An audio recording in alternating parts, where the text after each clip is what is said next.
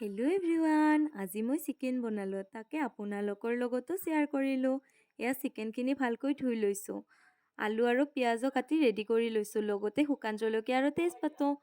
এইফালে mixer grinder এটাত আদা, নহৰু, জলকীয়া, পিঁয়াজ আৰু বিলাহী দি ভালকৈ এটা পেষ্ট বনাই লৈছোঁ।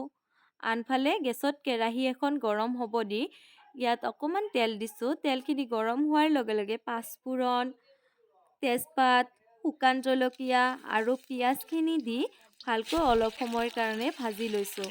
তাৰপিছত মই বনাই লোৱা আদা নহৰুৰ পেষ্টটো ঢালি দিছোঁ। এইখিনি অলপমান ভাজি লৈ প্ৰয়োজন অনুসৰি নিমখ, ধনিয়া, জিৰা, ৰেড চিলি আৰু অকণমান মিট মছলা দি এইখিনি আকৌ অলপ সময়ৰ কাৰণে ভাজি লৈ অলপমান পানী দি এইখিনি অকণমান সময়ৰ কাৰণে ঢাকনিৰে ঢাকি ৰাখিছোঁ।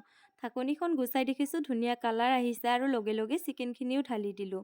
চিকেনখিনি ঢালি দি মই অলপ সময় ভালকৈ লৰাই থাকি এইখিনি অলপ টাইমৰ কাৰণে ঢাকনিৰে ঢাকি ৰাখিম। ঢাকনিখন গুচাই দেখিছোঁ ধুনীয়া কালাৰ আহিছে আৰু লগে লগে আলুখিনি দি দিছোঁ। আলুখিনি দিও ভালকৈ লৰাই লৈ অকণমান সময়ৰ কাৰণে ভাজি লৈ এয়া ৰং গুড়া দিছোঁ।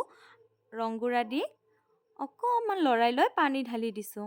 পানীখিনি উতল অহাৰ লগে লগে আমাৰ চিকেনখিনি ৰেডি হৈ গ'ল আৰু মই লগে লগে গেছটো অফ কৰি দিলোঁ। এয়া দেখিছেনে, চিকেনখিনি দেখিবলৈ ইমান ধুনীয়া হৈছে, খাবলৈও টেষ্টি আছিলে। আপোনালোকে ট্ৰাই কৰি চাব পাৰে। যদি ভিডিঅ'টো ভাল লাগিলে লাইক, কমেণ্ট, শ্বেয়াৰ, ছাবস্ক্ৰাইব কৰি দিব। বাই।